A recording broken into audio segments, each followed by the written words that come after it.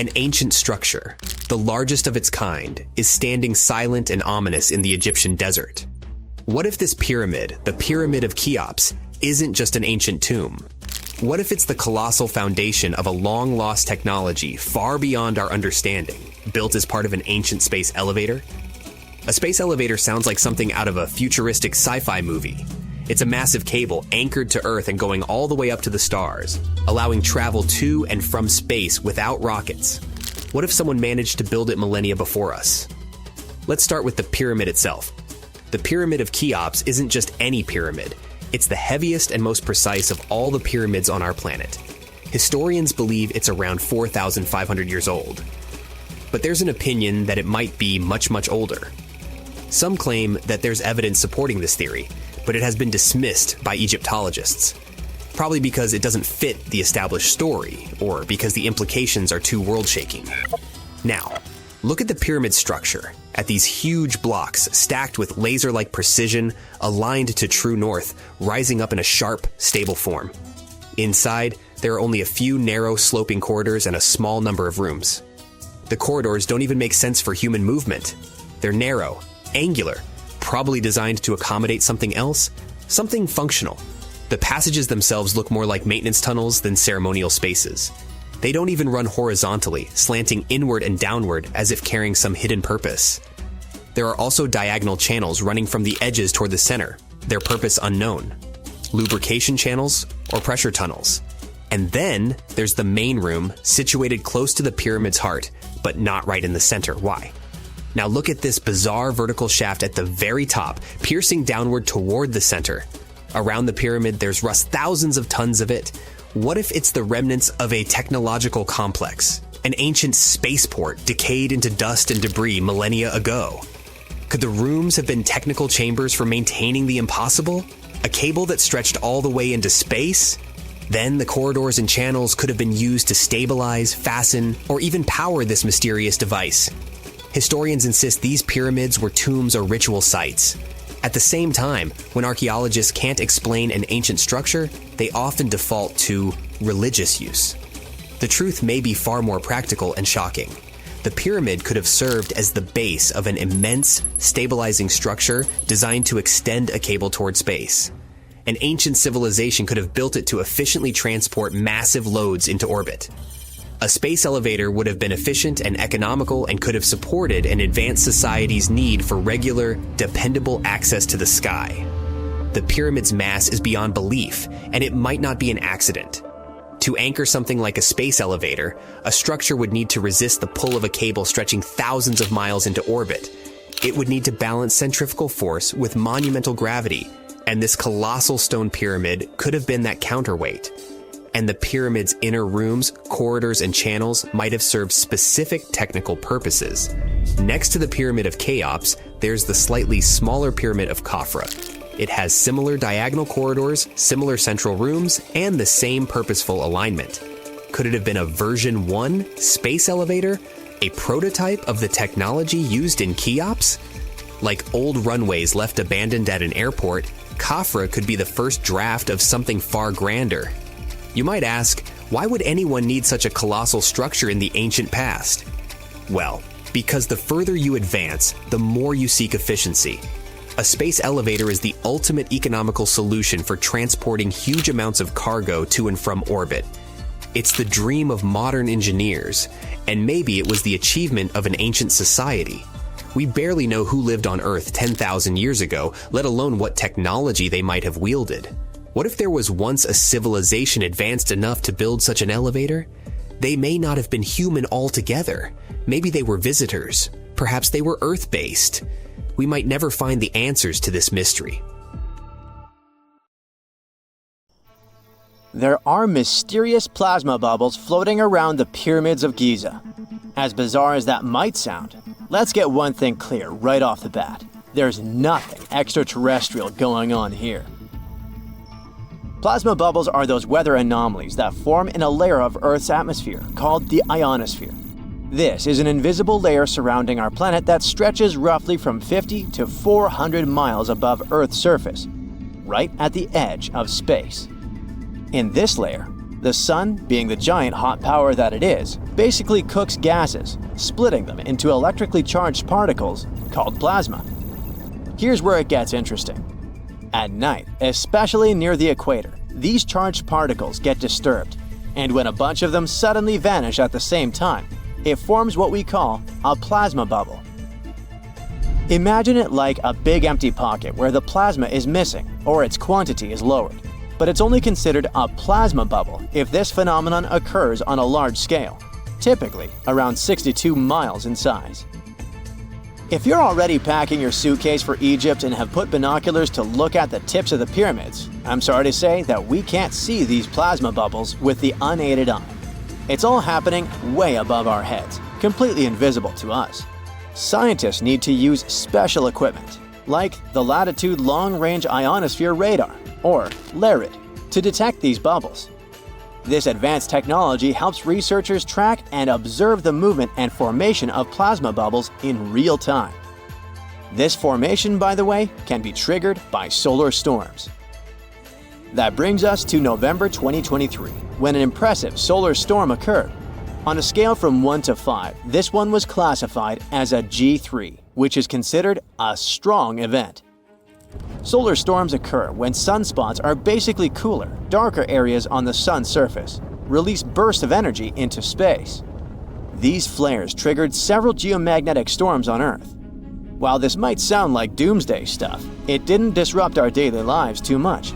In fact, it was great news for skywatchers, since the solar storm created stunning auroras, with the northern lights visible as far south as Greece and Turkey.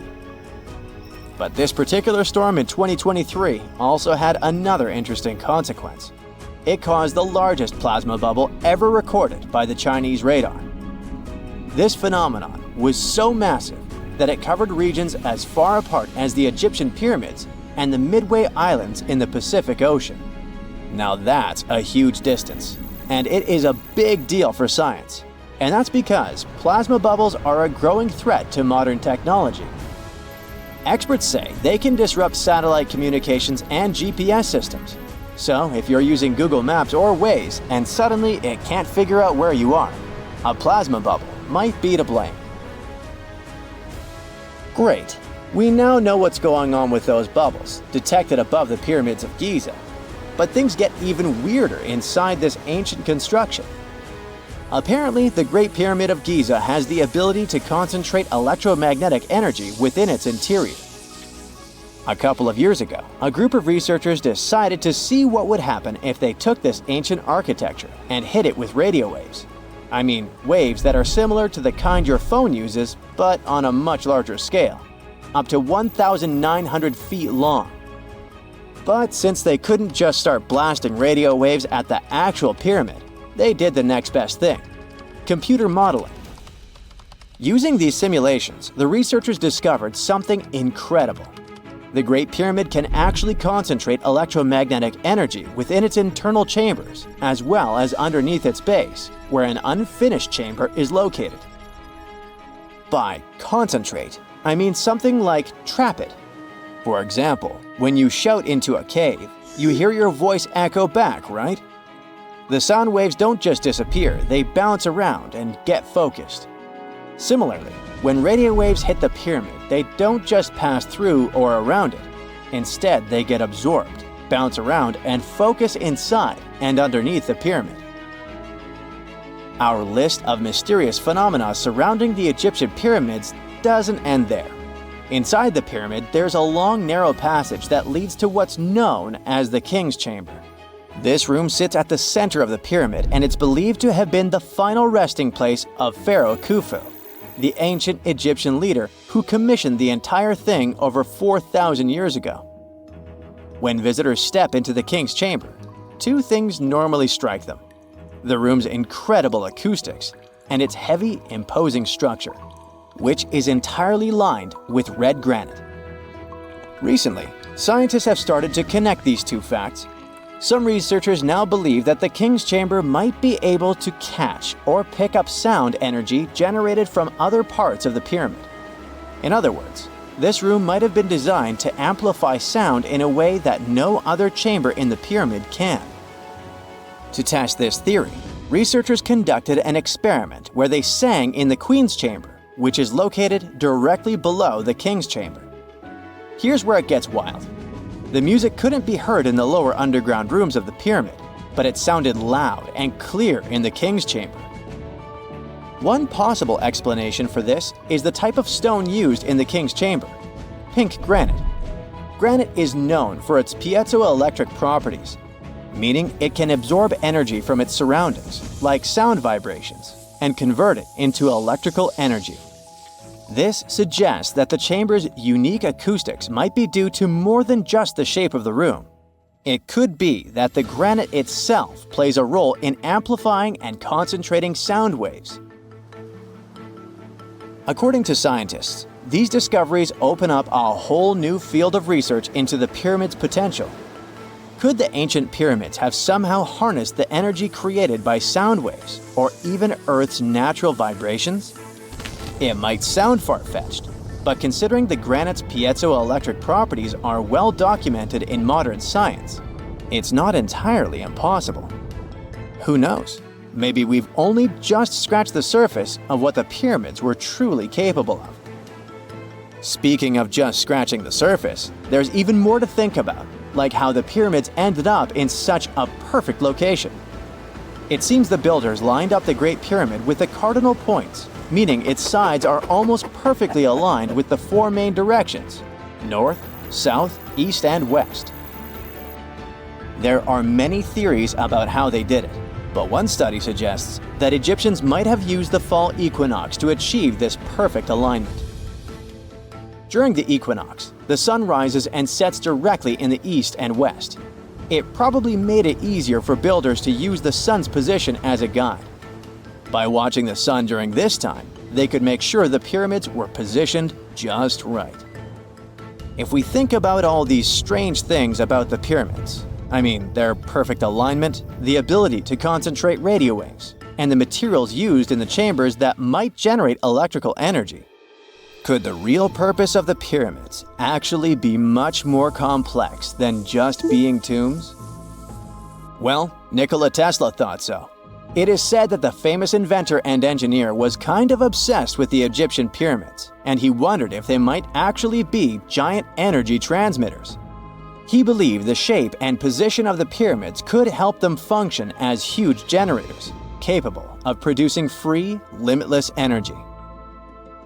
Some researchers agree with Tesla and believe that these massive monuments might have been designed as giant power plants. According to their theory, builders could have figured out how to move ions, those electrically charged particles in the atmosphere, by placing materials like copper, gold, and silver around the pyramids. So, it's definitely possible that the ancient Egyptians created a sustainable, renewable power source.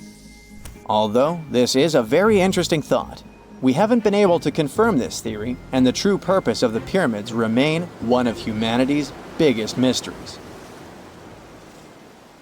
X-rays are a type of invisible radiation that can pass through our bodies and objects. They're very important in the field of medicine because they allow doctors to see inside our bodies without having to perform surgery. Now, let's dive into how X-rays work. They're a kind of electromagnetic radiation, just like light or radio waves. However, they have much higher energy than light, which makes them able to go through objects that light cannot. Imagine you have a powerful flashlight. If you try to shine it through a wall, the light won't go through because the wall is too thick. But these rays have enough energy to go through walls and even our bodies. The discovery of X-rays happened by accident in the late 19th century. A scientist was experimenting with cathode rays, which are a type of radiation. He was working in his lab and noticed that a nearby fluorescent screen started to glow, even though it was not directly exposed to the cathode rays. He realized that something invisible was causing the fluorescence, and he named it X-ray, because X is the mathematical symbol for something unknown. He continued experimenting with such rays and discovered that they could pass through many objects, like flesh and bones, but not through denser materials like metal.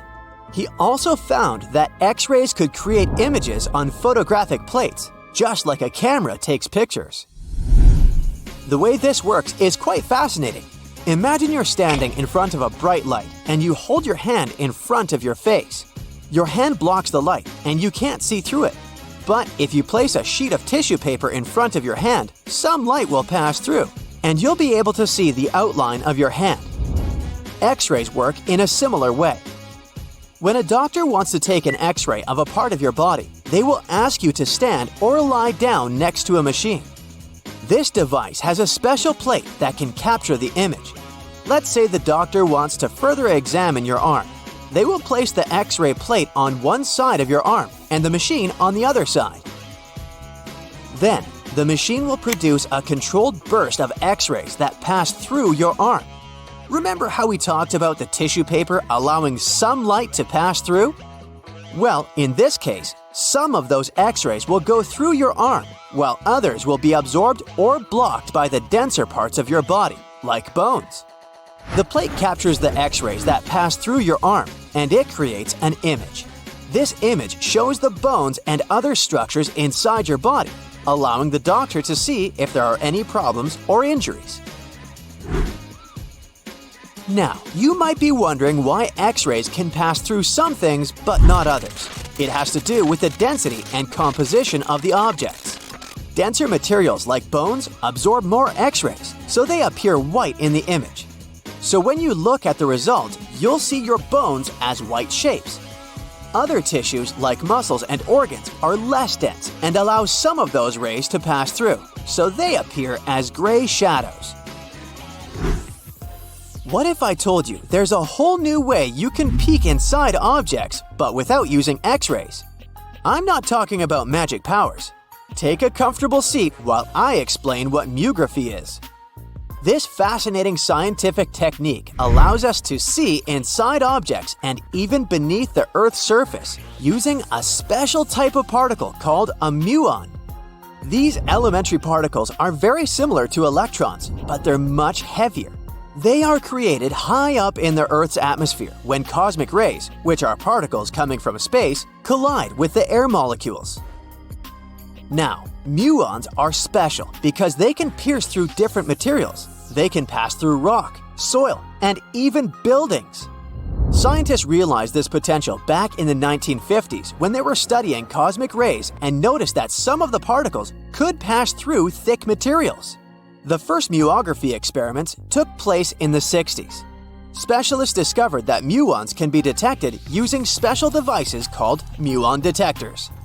These detectors are usually placed underground or in specially designed laboratories to shield them from other particles and background radiation. Now let's dive into how muography actually works. Imagine you have a large object, like a pyramid, a mountain, or even an ancient statue, and you want to see what's inside without damaging it. First, detectors are positioned around the object or in the area you want to examine. These detectors are sensitive to muons and can track their paths. When such a particle passes through a detector, it leaves a trace, like footprints in the sand. By collecting data from multiple detectors, scientists can reconstruct the paths. Here's where things get really cool. The Earth's atmosphere acts like a natural filter for muons. It turns out that the more massive an object is, the more particles it will block. So, if you have a large, dense object like a mountain, fewer muons will pass through it compared to a smaller, less dense object, like an empty box. This difference in the number of particles that reach the detectors can give us clues about what's inside the objects. Scientists use computer algorithms and mathematical techniques to analyze the data and create images. These images represent the density distribution of the object being studied. It's like creating a map that shows where the densest areas are and where there's gaps inside the object. The concept of muography is similar to using shadows to understand the shape and size of an object. Imagine you're standing in front of a bright light and you place your hand between the light source and a wall. You'll see a shadow of your hand on the wall. Based on the shape and size of the shadow, you can get an idea of what your hand looks like, even though you can't see it directly. This technique has been used to study various objects and structures. For example, scientists have used it to explore the inside of volcanoes and pyramids, and even to investigate the structure of mountains and the Earth's crust. With the help of this amazing technique, scientists have now uncovered new information about the Great Pyramid of Giza. They discovered something that had eluded tomb raiders for centuries. They found a hidden chamber. And guess what they named it? The Big Void. Yeah, I know, not the most creative name. They even used 3 different muon detection techniques just to be super sure that it was indeed a big, mysterious void inside the grandest pyramid of them all. Once news got out about this mind-boggling discovery, Egyptian authorities couldn't resist the temptation to explore further. So they brought in an endoscope camera to confirm the existence of this epic void. So they inserted a camera through one of the openings underneath the entrance, and voila, it revealed a corridor. More so, the corridor had a chevron ceiling. I can't help but imagine the ancient Egyptians using it as a cool dance floor. Another team of scientists decided to take another shot at scanning this newfound void. According to them, the Great Pyramid of Giza is a pioneer in the pyramid game. It used a technique called chevron to cover internal structures and keep them from collapsing. Now, why did the ancient Egyptians build this corridor and the grand void it leads to? One theory suggests that the corridor was built to relieve pressure inside the pyramid. Another theory says that the void could be a result of the pyramid's construction process. It could have been an internal ramp used to move roof blocks into position, and then it was left there or filled loosely with rubble. According to other enthusiastic explorers, there might be another burial chamber waiting to be discovered. They believe that the pyramids were built with a dash of randomness in the construction process. As the builders worked their magic, they realized that some chambers wouldn't be able to handle the weight of a majestic sarcophagus.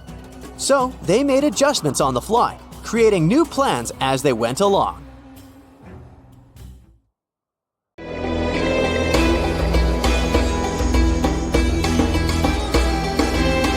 The Great Pyramid was created as the final resting place of ancient Egyptian monarch Khufu.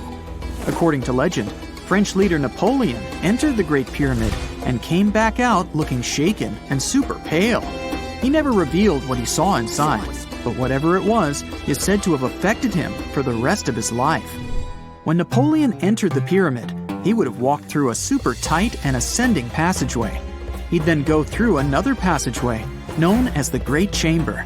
This corridor would have been much taller than the previous one, and would have cobbles too. He'd then reach the King's Chamber, the centerpiece of the Great Pyramid, which was lined with huge blocks of granite. But it wouldn't have looked as grand as we might imagine. There are no hieroglyphics decorating its walls, as Egyptians only began decorating the burial chambers of pyramids much later on. The pharaoh's tombs deep inside the pyramid would have also been filled with treasures, from chunks of gold to the world's most expensive jewelry. But this would have all been looted a long time ago. The only thing that probably would have been left in there would have been a huge sarcophagus, which would have once contained the king's mummy. He'd also have to walk past the queen's chamber. This room most likely didn't hold any queens though, as pyramids were usually only built for one person. There are mysterious tunnels leading from here. To this day, no one is really sure what they're there for. And that's not the only mysterious and creepy thing Napoleon may have encountered, as stories of pharaohs leaving ancient curses on pyramids go way back.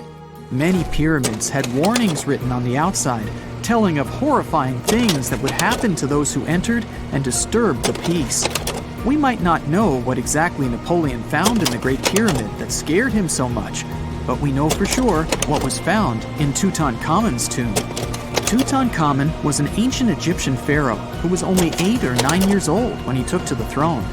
He became a cultural phenomenon when his tomb was discovered almost completely intact in 1922.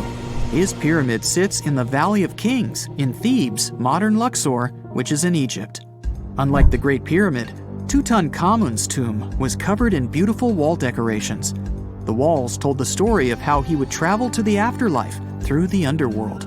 Egyptians believed all people would have to take this journey, so they would fill their tombs with objects and paintings to help them get there. There'd also be spells painted on the walls. They believed this would help people pass over to the next realm. The journey would be pretty long, and for that reason, the ancient Egyptians would also fill the pyramids with food. Tutankhamun's pyramid was filled with 8 fruit baskets. They even found something called gingerbread fruit in there. The rooms were jam-packed with furniture, statues, clothes, and staves, amongst a whole bunch of other things. You'd likely find a lot of clothes and expensive jewelry in the pyramids as well. The ancient Egyptians wanted their ancestors to travel in style to the afterlife. They put Tutankhamun in his final resting place with over 50 pieces of clothing, all of the highest quality. There were tunics, scarves, gloves, and headdresses, and a ton of jewelry. Bracelets, pendants, necklaces, rings, and scarabs for protection were all found inside. Each of them was made of gold or precious stones. There were also fans made of ostrich feathers to keep the old pharaoh cool in the hot Egyptian sun. But the temperature inside the pyramids never actually went above 68 degrees Fahrenheit. The ancient Egyptians developed a super cool air conditioning system that we don't fully understand even today. Tutankhamun's pyramid also contained 130 walking sticks made from ebony, ivory, silver, and gold to help him on his journey. There were 3 chariots hidden away in case he got tired of all the walking. They also put 11 boat paddles inside, but there was no sign of any boat. The pyramids would be littered with the pharaoh's favorite scents and perfumes. During the excavation of Tutankhamun's pyramid, it quickly became clear that it had been robbed during ancient times. There was damage to doors and traces of oils left in empty jars. It looks like someone raided the pyramid for gold and the scents, perfumes, and oils that had been left for King Tut. There was still a bit of perfume, which was made from coconut oil and frankincense, left in one bottle. It seems like Pharaoh Tutankhamun loved board games. There was an ivory traveling set of Senet in his pyramid. Although we don't know for sure exactly how to play it, we have figured out it was sort of an ancient Egyptian version of backgammon. It looks like it was a 2-player game where the goal was to knock your opponent off the board. Not really sure who Tutankhamun's mummy was supposed to play with, though. The ancient Egyptians had some rituals that may seem pretty strange to us. For example, they used to shave their eyebrows off if they ever lost a cat. So it's not too surprising they put some really weird things inside pyramids. Archaeologists discovered a collection of mummified cats and scarab beetles in pyramids that date back more than 4,000 years. They were found in the pyramids of Saqqara, which is south of Cairo. They also found a bunch of makeup kits and mirrors inside. Makeup was worn proudly by both men and women in ancient Egyptian times. Eyeliner was the most popular cosmetic. The Rosetta Stone was one of the best discoveries ever made in pyramids. It was found by our man Napoleon Bonaparte and his team. It's a black granite rock that dates back to 196 BCE. It's transcribed in Greek, Demotic, and hieroglyphic. When it was translated in 1822, we got the key to understanding ancient Egyptian hieroglyphics for the very first time. The discovery of Queen Hatshepsut's mummy in 1903 changed our understanding of the Egyptians forever. After she had passed away, her successor, Thutmose III, removed most of the evidence of her reign, so we basically knew nothing about Egypt's first great female leader. She's now gone on to become one of the few and most famous female pharaohs of Egypt. Pharaoh Khufu even had a fully fledged boat in his pyramid. Archaeologists uncovered more than 1,200 pieces of a giant boat near the Great Pyramid at Giza. They reassembled the boat, and it's a whopping 144 feet long. It's most likely a solar boat, which was designed to carry the resurrected king with the deity Ra. Fun fact, the Pyramid of Giza is the last remaining of the 7 wonders of the ancient world. The other 6 are the Hanging Gardens, the Colossus, the Temple of Artemis, the Mausoleum, the Lighthouse, and the Statue of Zeus. This pyramid was also the world's tallest man-made structure for 3,800 years, and it's the biggest pyramid in Egypt. It took a staggering 2.3 million blocks of limestone, and some weighed as much as 80 tons. It took an incredible 100,000 laborers and a whopping 23 years to build. Its original height was a mega 480 feet. In 2017, archaeologists discovered something weird about Egypt's Great Pyramid. There's a hidden void that's at least 100 feet long, and no one really knows why it's there or what's actually inside it. The weird void is the first inner structure discovered within the 4,500-year-old pyramid since the 1800s. Scientists used cosmic rays to detect the massive hole, but are still no closer today to finding out what's inside. The ancient Egyptians took a lot of care building the pyramids, and everything was strategically placed and structurally sound, so it's super unlikely that this hole is due to blocks falling over time. Loads of pyramids also contain small model figurines called ushabti. These represented attendants. They believed they would come to life to serve the pharaohs in the afterlife. But it's amazing that all this stuff actually fit inside. There isn't actually a huge amount of space inside the structures. It's mostly just rock. Before we get into the reason why and how there are pyramids all around the world, let's talk about some of the examples. I'll start with the Pyramid of the Sun in Mexico. These folks really knew how to build a city. Their well-planned urban center spanned over 7 square miles and boasted several pyramids. But the Pyramid of the Sun is the most impressive. This giant pyramid was built way back in 100 CE and is one of the biggest structures of its kind in the whole Western Hemisphere. It's so big that it's 216 feet high above the ground. If you ever find yourself in this ancient city, you won't be able to miss the Pyramid of the Sun. It's right there on the east side of the Avenue of the Dead, the city's main north-south street. To build this incredible pyramid, around 1 million cubic yards of material were used, including a special kind of red volcanic rock called hued tezontle. Impressive, huh? We don't know too much about the people who built the Pyramid of the Sun or its purpose. But archaeologists believe there was once a temple on top of it. When explorers went below the pyramid in the 1970s, they found a bunch of cool tunnels and chambers. In 2011, they even found a secret stash of clay pots, obsidian pieces, animal bones, human figurines, and a mask. Who knows what other secrets the pyramid is hiding? If you decide to see this one, you must climb the pyramid using the 248 uneven steps on the west side. Watch your step. Sudan got some pyramids too.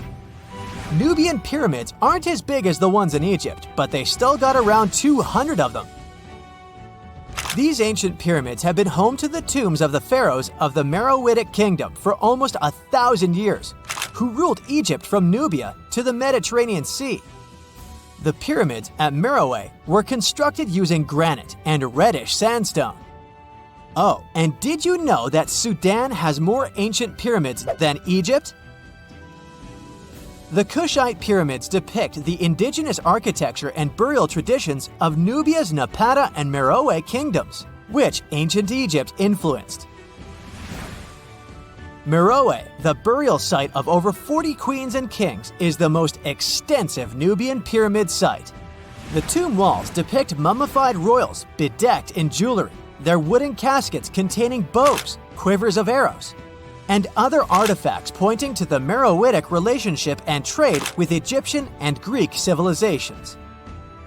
So if you're looking for some ancient tombs to explore, you may consider skipping the crowds in Egypt and heading on down to Sudan. Let's fly to Iraq to see some more pyramids. Ziggurats have fancy receding layers and tiered temples. Instead of a smooth exterior, it has tiers like a cake. Perfect for all the important work and rituals that went on inside. You can find these towering structures scattered throughout Iraq and Iran, and they're a real testament to the power and skills of the people who built them. One of the biggest and most impressive ziggurats is the ziggurat at Ur. It's basically a giant rectangular pyramid that stands a whopping 70 to 100 feet tall, with 3 levels of terraces and a temple on top.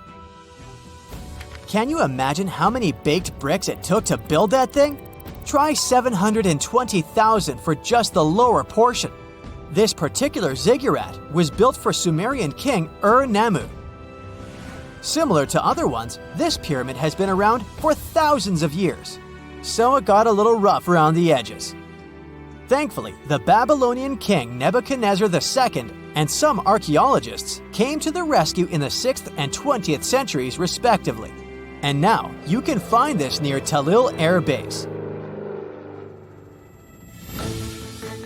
The ziggurat at Ur was built in 2100 BCE by King Ur-Nammu for the moon deity Nana. It was the tallest building in the city, and you could see it from miles around.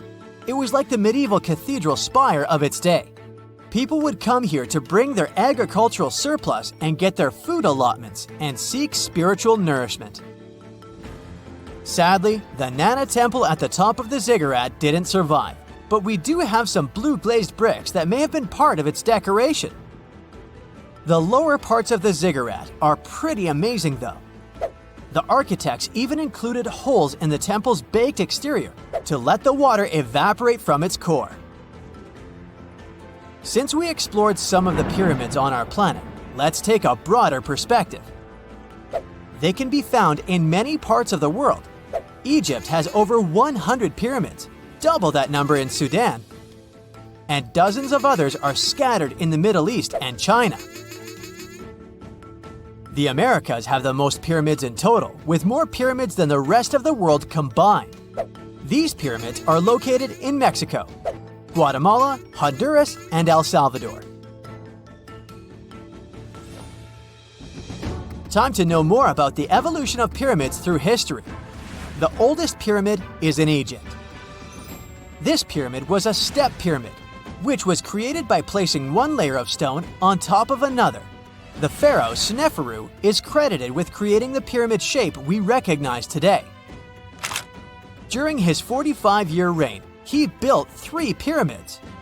His first 2 attempts failed, but he finally got it right with the Red Pyramid, which is considered the first true pyramid. It was Sneferu's son, Khufu, who built the Great Pyramid of Giza, which was the tallest human-made structure on Earth for almost 4,000 years. Latin American pyramids are similar to early Egyptian step pyramids, but they were built independently, with no knowledge of each other.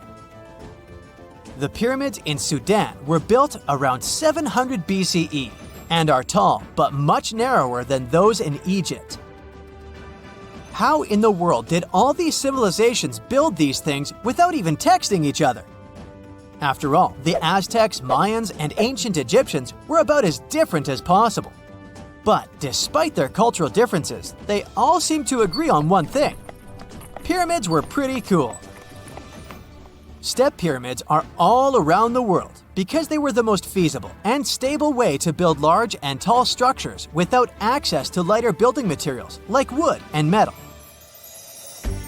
The triangular form with a square base is the best way to build a sturdy structure, and having a cube structure would require more material for less height. Now, when it comes to pyramid design, the Egyptian pyramids were like giant triangles with a square base, smooth sides, and a pointy top.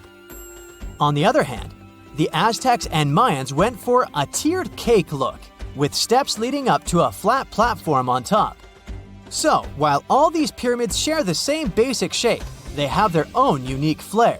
Each group built its pyramids using different materials, techniques, and slope angles.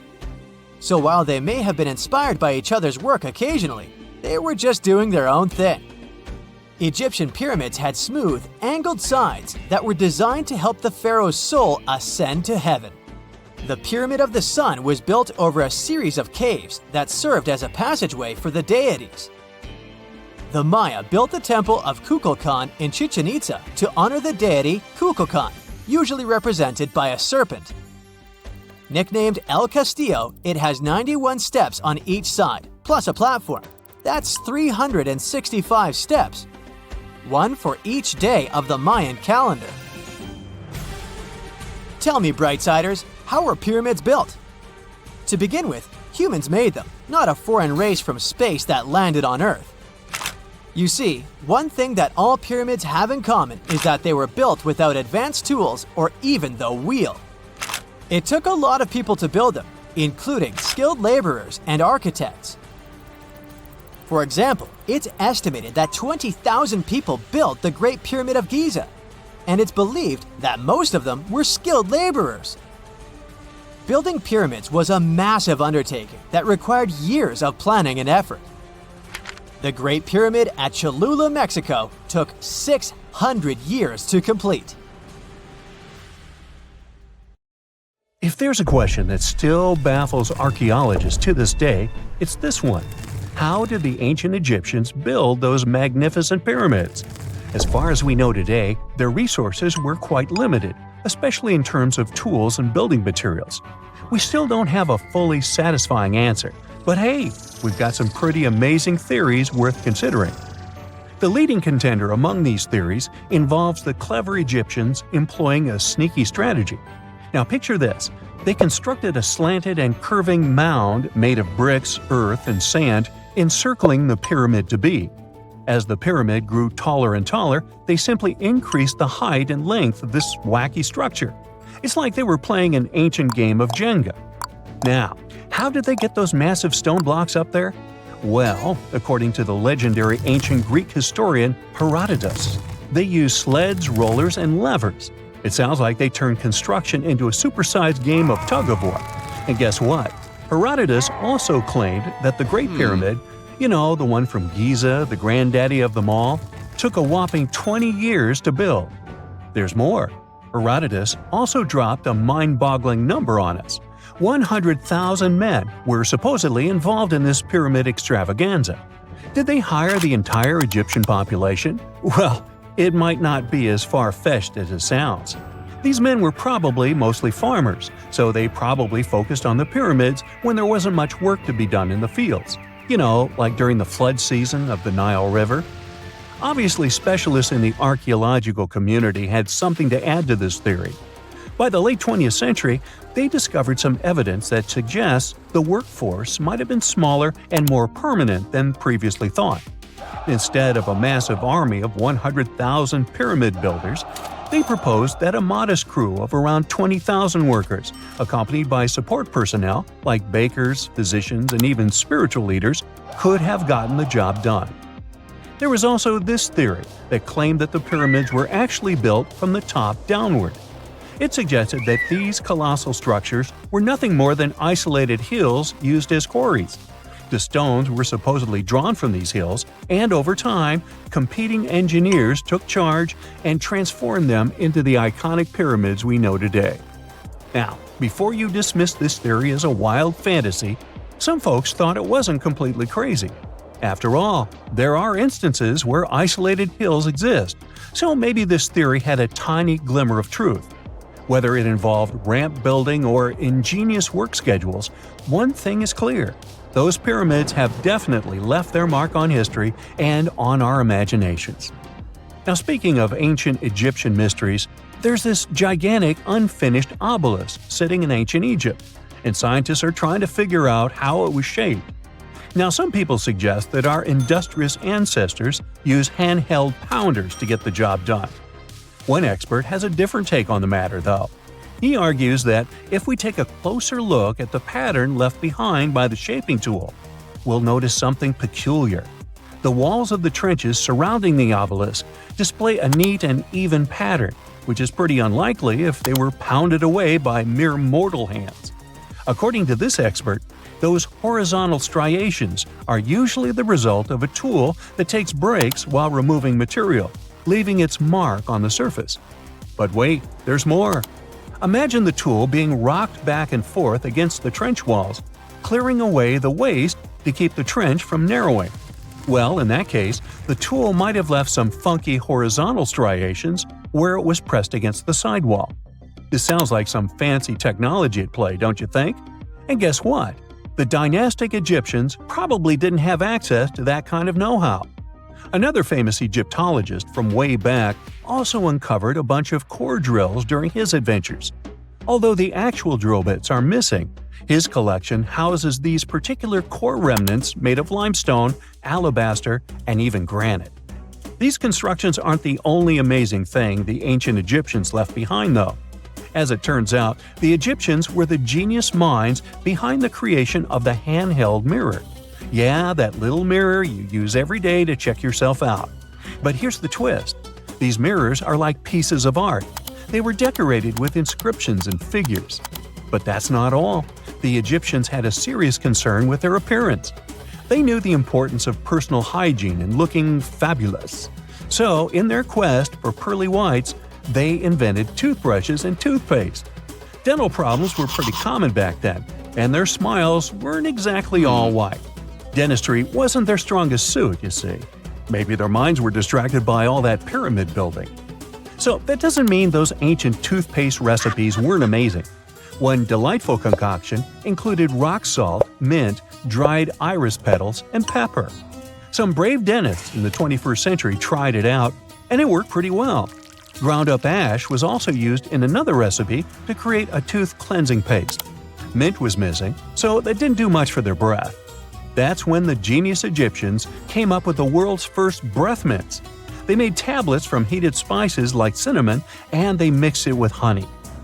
Now, let's shift gears to home decor, Egyptian style. They surely took ornamentation to the next level. While the concept of decorating furniture started in Mesopotamia, the Egyptians cranked it up a notch. They went all out with different colors of ink and even developed various weights of paper. Oh, and let's not forget about those cute little area rugs we all have in our homes today. Guess who came up with the idea? Yep, the Egyptians. They used the versatile papyrus plant to make those cozy rugs. And speaking of trends, the Egyptians loved their knickknacks. They had an assortment of small figurines in the shapes of cats, dogs, and people. These statues were made from various materials, like simple sun-dried mud to the ultimate bling of gold. It all depended on how loaded you were. The Egyptians were also all about farming, and they knew that clean water was crucial for their crops and animals. That's why they came up with some nifty inventions and techniques to make sure their land was fertile and their plants were happy. First off, they had the genius idea of using ox-drawn plows. They had two types of plows, heavy and light. The heavy plow would strut its stuff, cutting deep furrows in the soil, while the lighter plow followed behind, fluffing up the earth. But they didn't stop there. After plowing, the Egyptians would break up clumps of soil and sow the rows with seeds.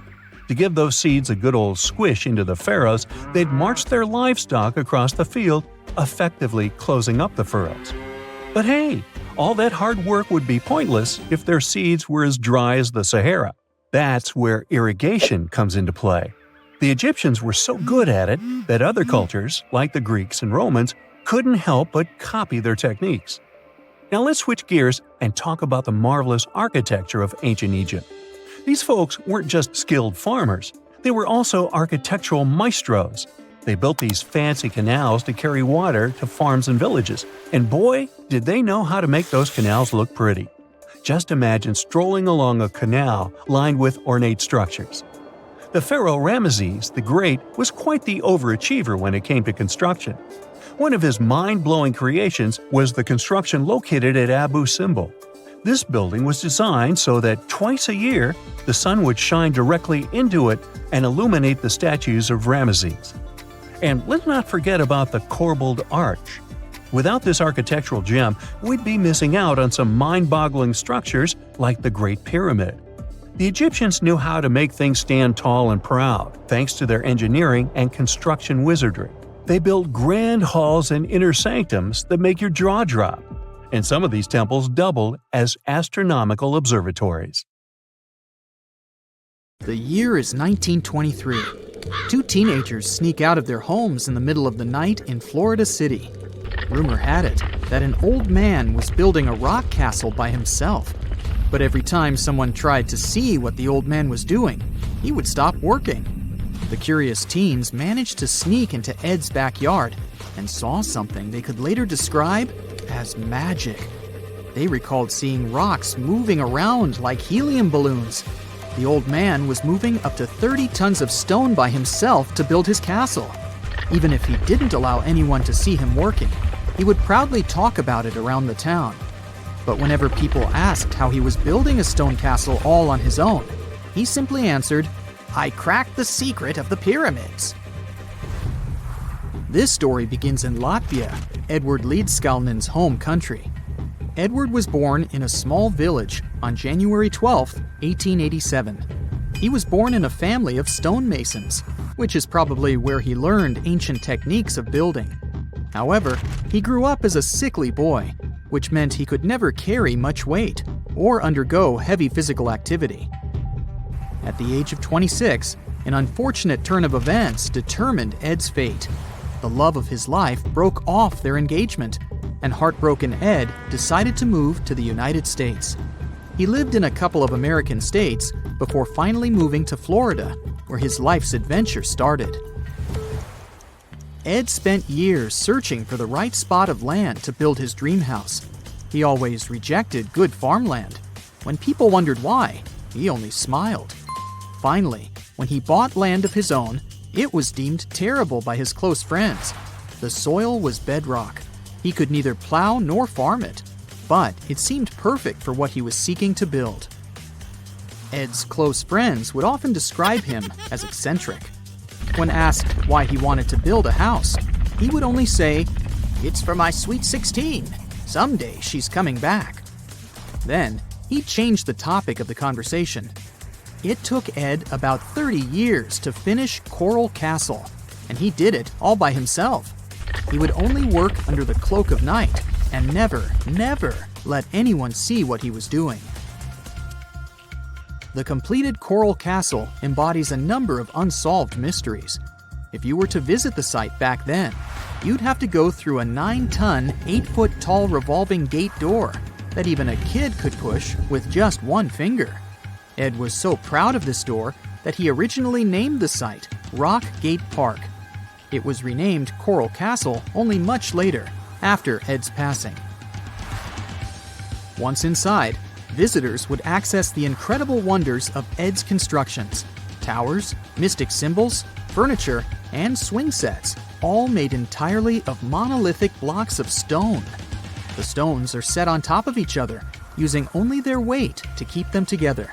And believe it or not, the entire park gathers around 1,100 tons of stone.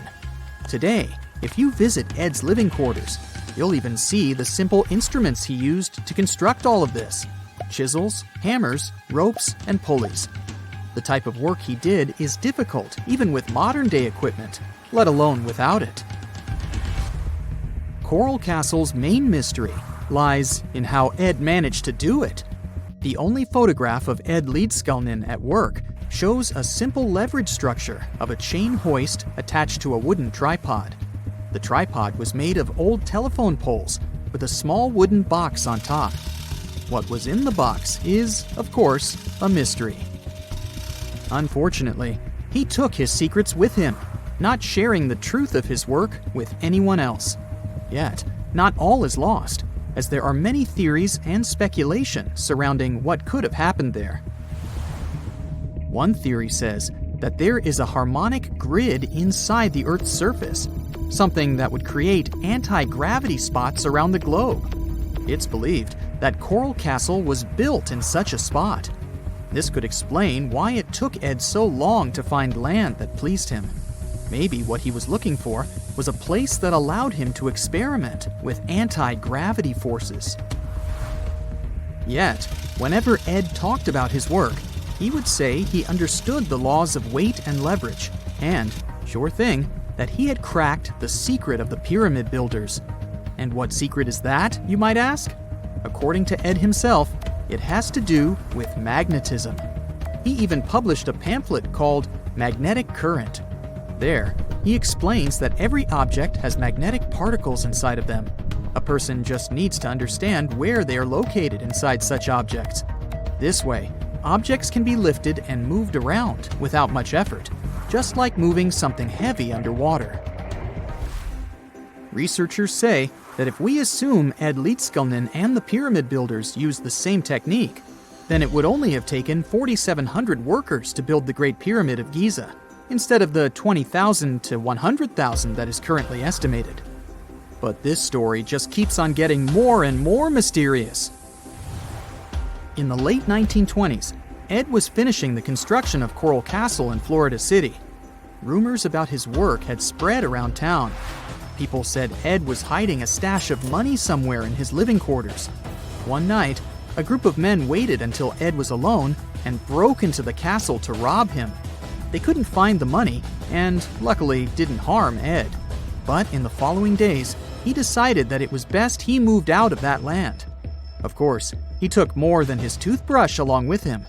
Ed decided to move the entire Coral Castle to another land, 10 kilometers away from where he had built the park. Legend says he hired a truck driver and asked him to swear secrecy about what Ed intended to do. He asked the driver to look away while Ed loaded the truck by himself, moving all of the rocks without any help. With the truck loaded, Ed and his castle moved to Homestead, Florida, where the park is located until this day. In 1986, a group of engineers from Florida University was called to try to fix the park's gate entrance, the 9-ton revolving door that Ed was so proud of. They arrived with plenty of modern-day equipment, including a 20-ton crane. When the engineers took the door down, they noticed that Ed had used a strange circular stone at the bottom of the revolving door. The engineers couldn't understand how this frisbee-sized rock could withstand 9 tons of weight without breaking into pieces. They sent the rock to the geology department at the University of Florida, but the geologists simply returned the rock, saying they couldn't find a match of this rock in their databases. They couldn't determine its origin. The engineers put the 9-ton gate back into place, trying to use other techniques. At first, it didn't work without the base rock Ed had originally used. So, they had to cut the gate rock to make it work as a revolving door once again, proving that modern-day technology couldn't replicate what Ed had done single-handedly. Fast forward to 2011, and another man claimed to have cracked the code of the pyramid builders and Ed Leedskalnin himself. Wally Wallington, a retired construction worker from Lapeer County, Michigan, has managed to build using similar techniques to those used by Ed. Wallington is known for having built his personal Stonehenge in Michigan. He is said to have used simple machines, such as levers and counterweights, moving around multi-thousand-pound concrete blocks. Unlike Ed, Wallington has shared his techniques with the public. Multiple videos are showing the clever engineering he built from very simple materials. It sure is impressive. The man has moved his entire barn into another property just with the help of simple tools. However, there is no way to prove that these were the same techniques used to build Coral Castle. To this day, the secrets of Coral Castle haven't been unraveled. But hey, we can always keep trying to solve it. A gruesome discovery took place in Egypt some years ago. You want to hear about it?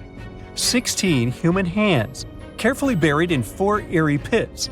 They didn't look too much like human hands at first, since they were abnormally large, but they were. Weirdly, there were only right hands. No left hands were in sight. It turned out that it points to the practice of an ancient dark ritual. Old Egyptian art and tales talked of a ceremony where warriors would present the right hand of their adversaries as proof of victory and ask for gold in return. Egyptians believed in the afterlife, so cutting off someone's hand meant you cut off their power eternally. Guaranteeing this type of defeat was interesting to the winning party. Here, the fight was between Egyptians versus Hyksos, who lived in what was once known as Canaan. Egypt has always been the center of some history-changing findings, and some time ago, this papyrus was found. If we stretched it open, it would be just a tad bigger than the height of a skyscraper. The world's tiniest skyscraper, which is located in Wichita Falls, Texas. When humans didn't write on their notes app, they wrote on this thing, made from the medulla of a papyrus plant. Around 2,000 years ago, ancient Egyptians wrote something reminiscent of a book, where they describe most of their funerary traditions and their visions of the afterlife. It's considered one of the most important texts from ancient Egypt and is still sold in bookstores to this day.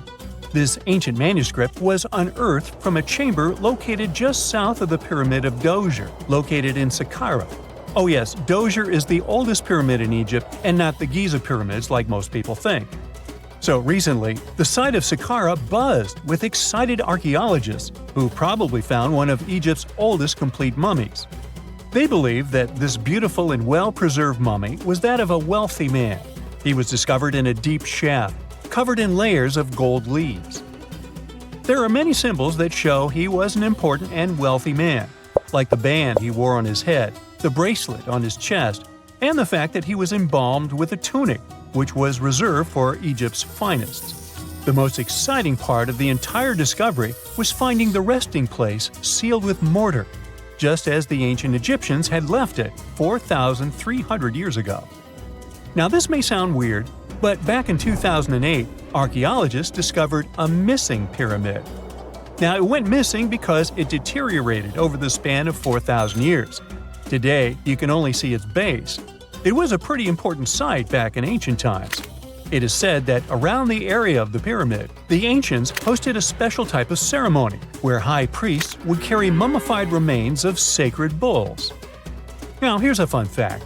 Ancient Egyptians believed that Apis bulls were earthly incarnations of the city deity of Memphis and was connected to rites of fertility. It wasn't just any Apis bull, though. They needed to be all black, with a single white mark between its horns and a bunch of very specific characteristics. They were selected by the local priests and honored until they passed away. After that, they were mummified and buried in underground galleries. Meanwhile, this missing pyramid sort of disappeared around the 1800s. It was a German archaeologist who first found it in the village of Saqqara. He called it the Headless Pyramid when he first found it. But then, years after the official discovery, the desert sand came along and covered the whole thing. There were some excavations between the 19th and 20th centuries, but they weren't too systematic. That's why scientists were so thrilled when they dug an entire pyramid's base after removing the 25-foot mound of sand that was covering it. Oh, and it turns out American archaeologists are excavating a cemetery in Egypt that could contain over 1 million mummified bodies. So far, archaeologists have dug around 1,700 mummies. One of the main differences from other classic Egyptian mummies is that these people weren't kings and pharaohs. They were commoners that most likely lived about 1,500 years ago, when Egypt was controlled by the Roman and Byzantine empires. The name of the cemetery is cool, though, the Way of the Water Buffalo, just in case you want to check it out on your next trip. Other than bulls and buffaloes, ancient Egyptians also liked baboons. Are you seeing a pattern here? In the beginning of the 20th century, archaeologists discovered a site filled with mummified baboons in a place called, guess what? The Valley of Monkeys. An animal wouldn't have been mummified if it wasn't considered important. Certain animals were more important than others, since they were linked to specific deities. Jackals were connected to Anubis, the ancient god of the afterlife, and cats were likened to the female deity Bastet. Baboons were a pretty big deal, since they were believed to be connected to Thoth, the deity of wisdom and advisor to Ra, one of Egypt's supreme deities. The archaeologists who studied these animals weren't too happy. They think these baboons were kept inside and were deprived of sunlight for most of their lives. They had extreme vitamin D deficiencies and they were poorly fed. Maybe Thoth got angry with these baboon keepers. Just a guess. Since there's never a boring day for archaeologists in Egypt, they also found human mummies with golden tongues. Since Egyptians were all about the afterlife, they believed that golden tongues might help a person speak once they pass to the other side. I mean, it's a long shot, but hey, why not? Some of these mummies were placed in wooden coffins with goods, such as necklaces, pottery, golden artifacts in the shape of lotus flowers and scarab beetles, and iPhones. Just kidding. A new temple was also unearthed recently in Egypt. Scientists believe it was dedicated to honor Zeus Cassios. That deity would be a cross between Zeus, the almighty Greek deity of the sky, and Mount Cassios. While digging around the Sinai Peninsula in Egypt, archaeologists spotted 2 pink granite columns poking out of the ground, and bingo. They believe these columns represented the temple's front gate and collapsed during an earthquake many years ago. And speaking of deities, there weren't only super serious deities. Recently, scientists unearthed a golden ring in a city south of Cairo.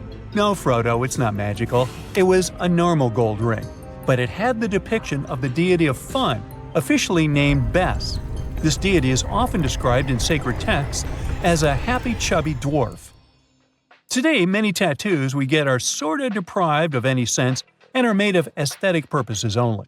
In ancient Egypt, though, women would get tattoos as a token of protection for childbirth. That's what scientists think, at least.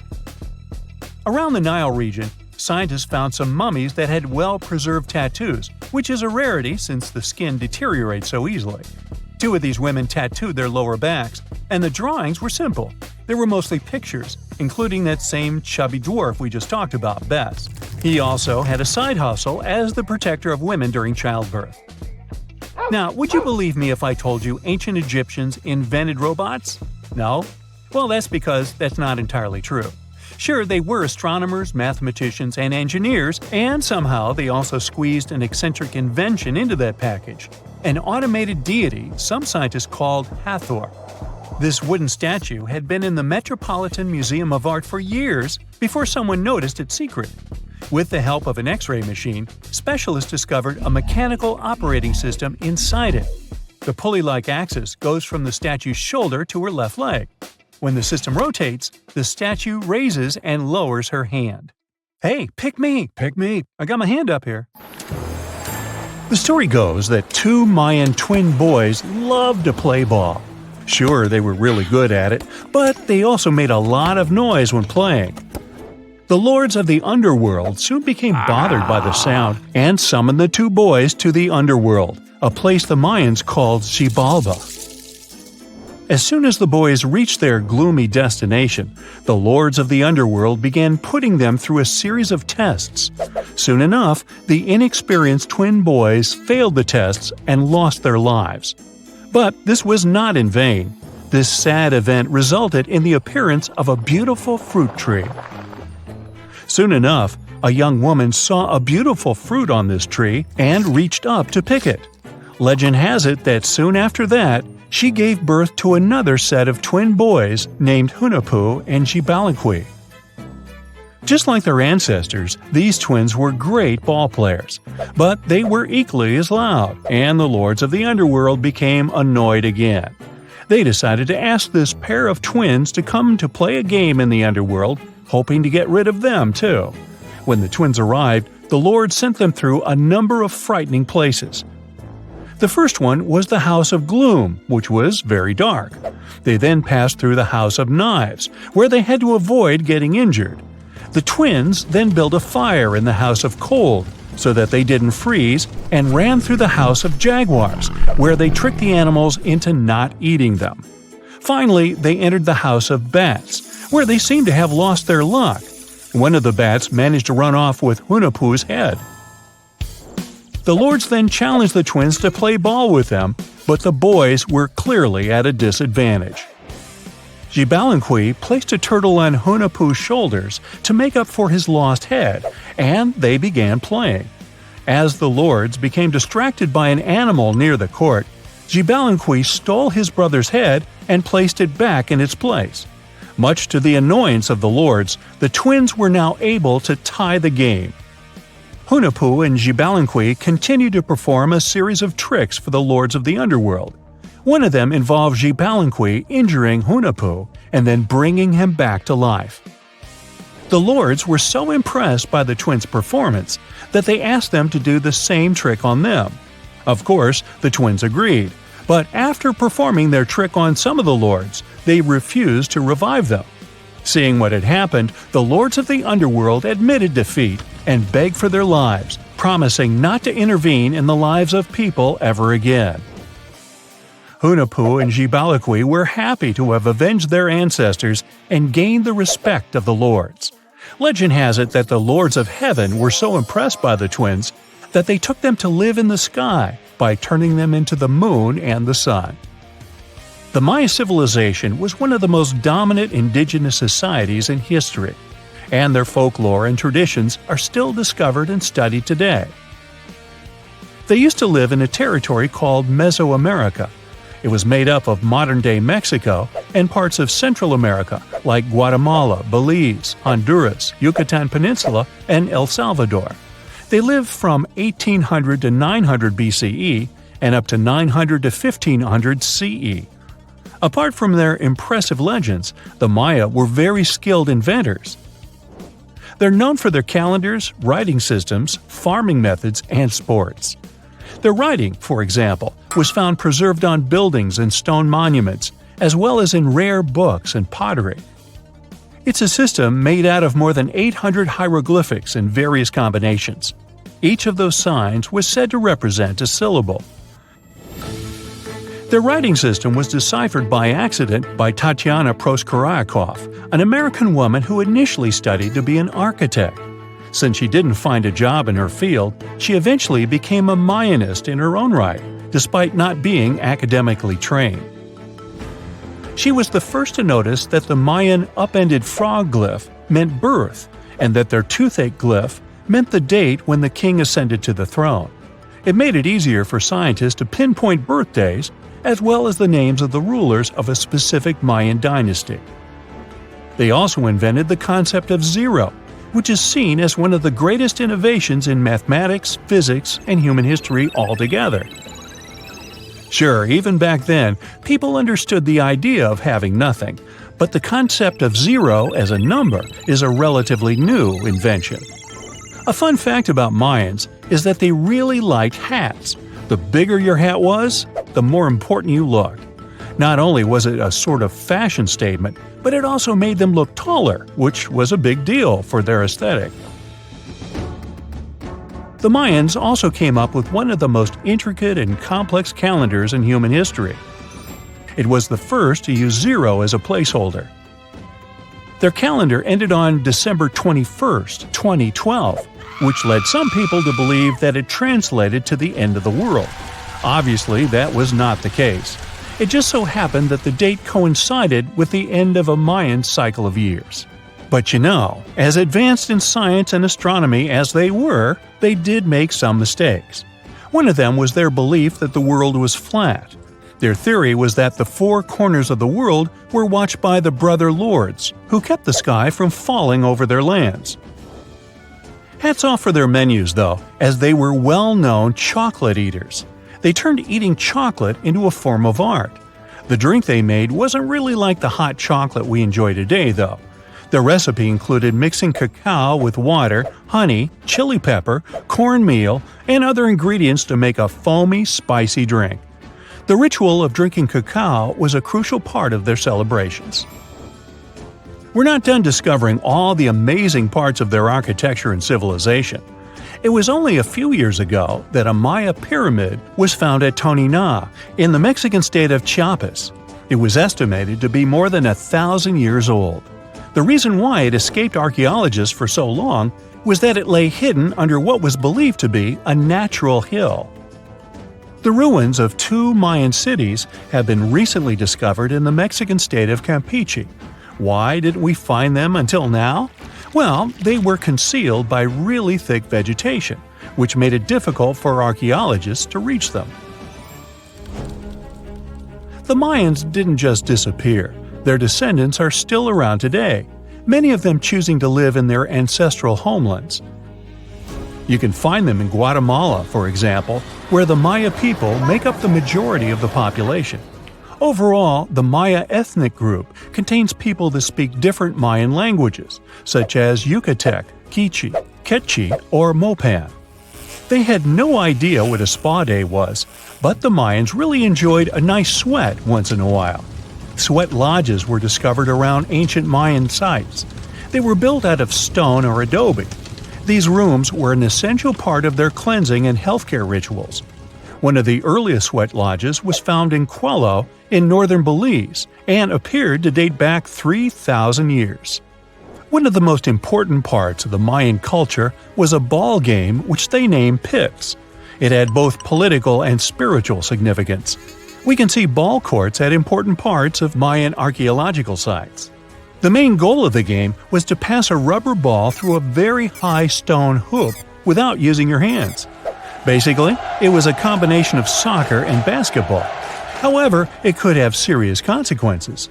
The loser could, at times, even lose his own life. Ooh, high stakes indeed. Because of this game and the need for bouncy balls, the Mayan people were some of the first cultures to use rubber. They made it using natural latex. There were different kinds of rubber depending on what natural substances the latex was mixed with. And that, my friend, is the way the ball bounces. Sorry, but you know me, I just couldn't resist. Imagine working 7 days a week on a large-scale construction site. You, along with thousands of others, carry millions of stone blocks and put them on top of each other according to a complex system. You work without modern construction equipment. You have no air conditioning or constant access to water. It's so hot outside that you can fry eggs on the road. You've been building the pyramid for decades, and now, when it's finally done, you enjoy the result of the colossal work of thousands of people. You're looking at a giant cultural monument of global value that will freeze in time and amaze people for tens of thousands of years. A few thousand years have passed. People in the 21st century see the pyramids and are like, "Wow, I can't believe humans have built this." Yeah, the people who built the pyramids wouldn't have appreciated such a theory. But actually, there are reasons to believe that people built it using some fantastic technology. From the outside, it seems the Great Pyramids are just big triangles of stone. People just put some heavy blocks on top of each other, and that's it. In fact, the design seems too perfect to be true. The pyramid consists of more than 2 million blocks. They lay so close to each other and are so even that you couldn't squeeze even a thin sheet of paper between them. Scientists still can't figure out the exact technology for building the Egyptian pyramids. One of the biggest and most famous is the Great Pyramid of Giza. This huge construction, well known all over the world, has one big secret. There should be a capstone on top of the pyramid. It's a triangular-shaped stone block, a small pyramid on top of a huge one. It's also called a pyramidion. The builders of ancient Egypt made it out of granite and limestone and covered it with gold. No records or old drawings prove that there was a pyramidion at the top of the Great Pyramid of Giza. But there's another ancient Egyptian structure with such a triangle, the Red Pyramid. It was built before the Great One, and its capstone has survived to this day. Archaeologists have found and reconstructed it. But where could the capstone of the Great Pyramid be? It's a mystery that still has no answer. Some are sure that some thieves have stolen it from the top. Maybe they just climbed up and pushed the pyramidion down. It makes perfect sense. The capstone was probably the most valuable element of the pyramid. Many scientists and archaeologists still don't know its exact purpose. Some believe that this peak covered with gold glorified the pharaohs. The capstone reflected moonlight at night and illuminated the entire space around it. During the day, the capstone reflected sunlight with its shiny surface. You could have noticed it from afar.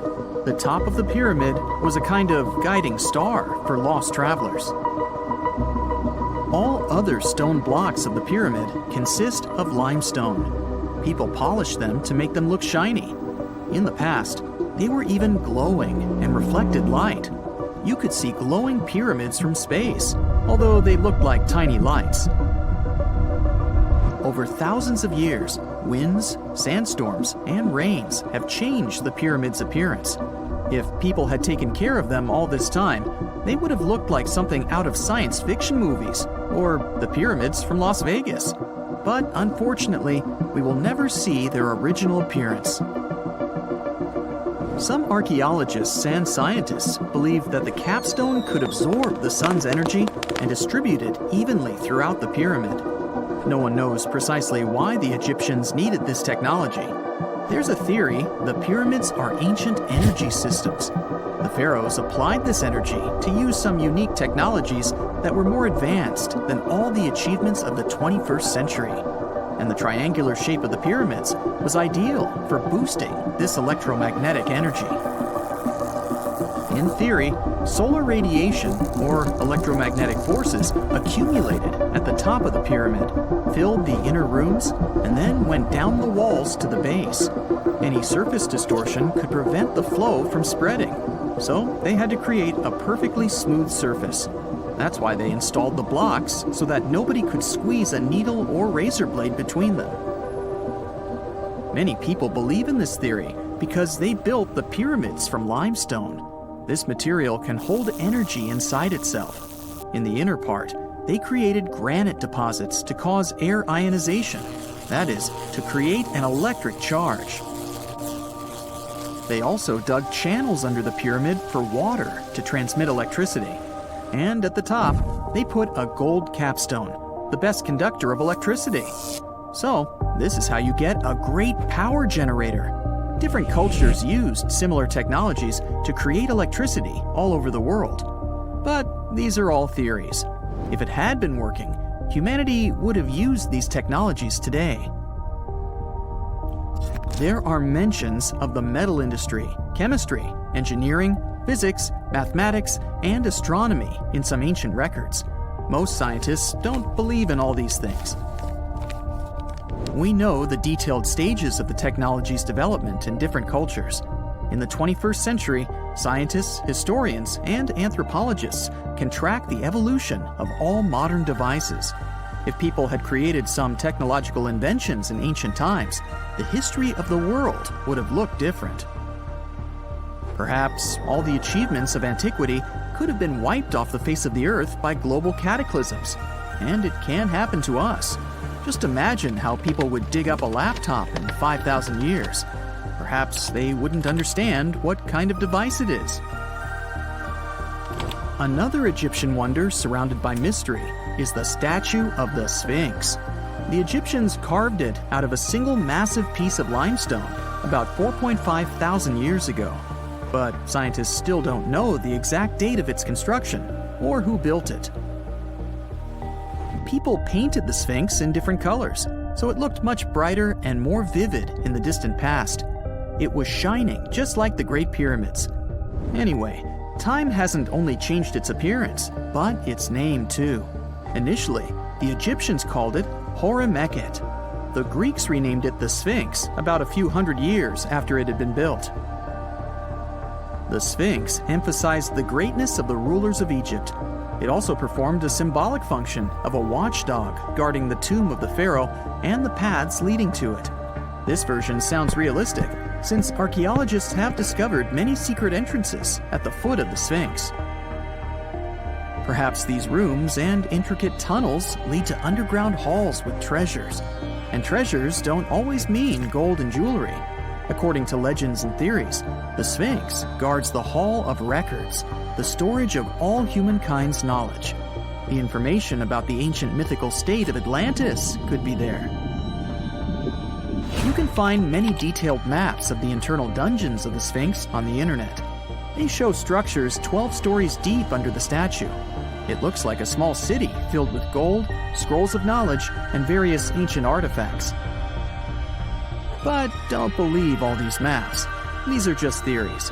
Several thousand years have passed, but people have very little information about it. Archaeologists know that there are still many strange and exciting things about the Sphinx that are still undiscovered. Some locals are afraid to research because they believe they can awaken something terrible from the underground depths. Therefore, it's mostly scientists from other countries who conduct the excavations. In 1998, scientists discovered strange tunnels leading to empty rooms under the Sphinx. They realized that some people tried to get there through tunnels in the past, and maybe those people took all the treasures that were there. One of the legends says that some powerful artifact lays beneath the Sphinx.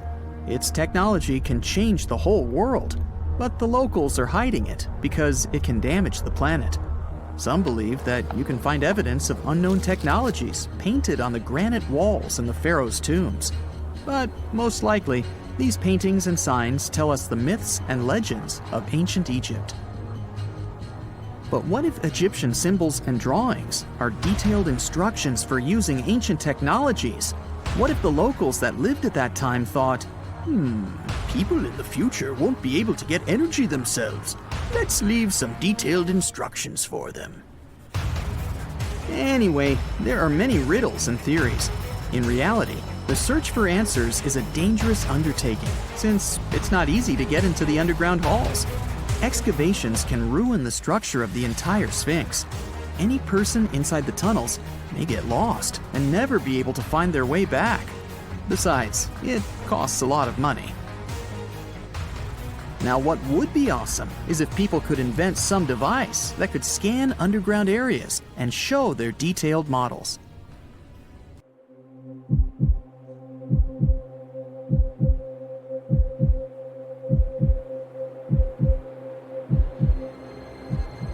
Leave it to people wandering on Google Earth to stumble upon the world's newest and weirdest places ever. Like this mysterious pyramid discovered in Antarctica. Soon enough, the internet blew up with all sorts of theories regarding this unusual shape. Could it be a sign from a different life form? Is this pyramid indeed natural, or is it man-made? For starters, it's not the first time we've discovered a pyramid in the Antarctic. The first one was observed by the British Antarctic expedition in the 1910s and kept secret for a long time. Its discovery being kept hidden only added to the mystery. A second such structure was discovered in 2016, which further increased the interest in the matter. The mystery was soon enough deciphered by scientists. These formations are just mountains. They're located near the Ellsworth Mountains, a range over 250 miles long, so they're just mountain peaks that have broken through the ice sheet. As for their particular shape, it's just a coincidence. Pyramids are found throughout nature. The Matterhorn in the Alps and Mount Ballenstinder in Iceland, for example, are quite similar in terms of shape.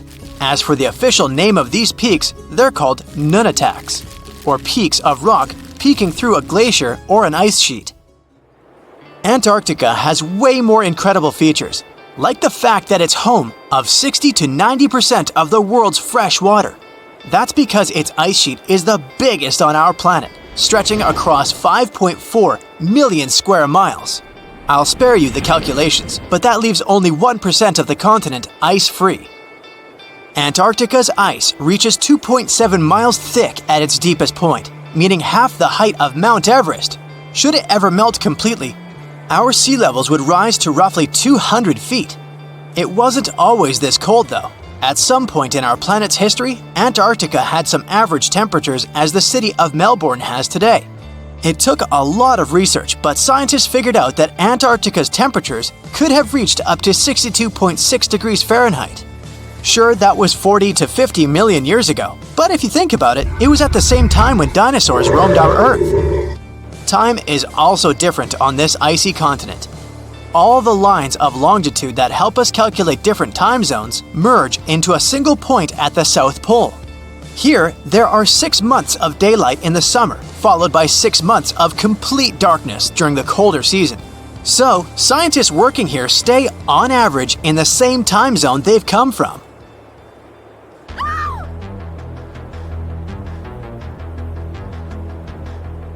The Blood Falls aren't a chapter of a thriller movie. They are merely a series of waterfalls located in one of the driest regions of Antarctica. They emerge from an underground lake filled with a special type of bacteria. These little organisms use sulfates as fuel instead of sugars, which makes them very intriguing for scientists. The water contained in this lake is so full of iron that it basically just rusts when it meets air. So, the reddish color of the waterfall also gives it its trademark name. The megalodon was the largest predator ever known in our planet's history. In terms of its location, the megalodon lived practically in all waters on our globe, except near the poles. The reason why there are no megalodon teeth found in Antarctica is probably because the gigantic creature was adapted to only warm tropical and subtropical waters. If you plan to visit Antarctica by boat someday, just know you might not get there on a non-metallic boat. The hull of your transportation device must be made of either steel or aluminum to withstand the harsh weather conditions here. Antarctica isn't home to a lot of bugs. In fact, there is only one true species of insect that calls this place home. It's a wingless midge called Belgica antarctica. This fly is so tiny that it only reaches 0.08 to 0.23 inches long, but it's still the Antarctic's largest terrestrial animal. A lot of Antarctic fish also come with an antifreeze substance in their blood. They don't necessarily need it for protection against the cold temperature, but mostly against touching ice. These antifreezes are made up of large glycoprotein molecules. They surround any small ice crystals that may form, making sure they don't spread through the animal's tissues, which could cause a lot of damage.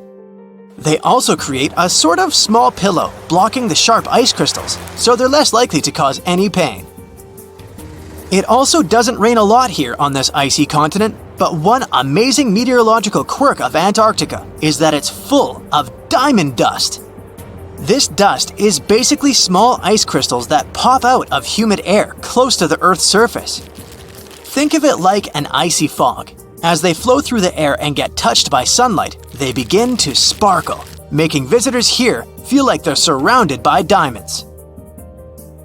It's probably the last place you'd want to go into labor, but in 1978, the first person was born here ever. Emil Marco Palma was its name, and ever since, 10 other people have been born here in Antarctica. There's a lake on this icy continent that is so full of salt, it makes it impossible for it to freeze over, even if temperatures can go as low as 5 degrees Fahrenheit. That's because pure water freezes at 32 degrees Fahrenheit. Water that has salt in it, or any other substance for that matter, will freeze, but at a way lower temperature.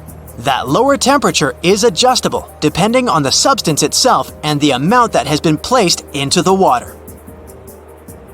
Antarctica was the last official continent to be discovered. It remained completely unseen until the 1820s. But it took another 20 years to confirm it was actually a continent and not just a group of icy islands. Just because it's really cold here doesn't mean you can't go on a date here. One December night, an American scientist that was posted in Antarctica logged into a dating app simply out of curiosity. He was certain no other profiles would show up, but to his surprise, he found someone soon enough. Another researcher who was stationed just 45 minutes away, by helicopter of course. They eventually got together and went on the first date in Antarctica ever recorded. Apart from ice, this continent has something else way more abundantly than any other piece of land on Earth: meteorites. If we look at the research done by scientists, meteorites have equal chances of reaching any place on our planet. However, once they go through our atmosphere, the situation is a bit more complex. That's because different climates on our planet, like the humid ones found near the jungle, have a lot of moisture and oxygen, which will corrode most meteorites. The climate in Antarctica is really dry, so the possibility of meteorites corroding is little to none.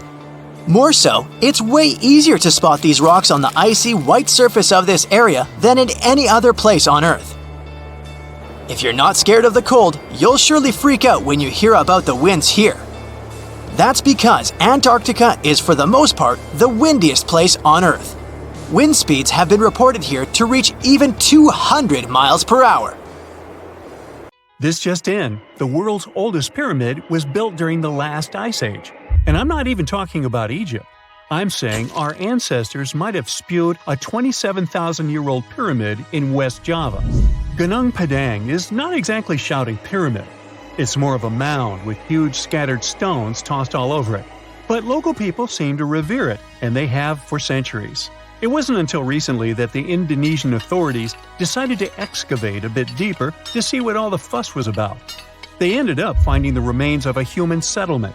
It was rather unexpected, since the mound is pretty high up.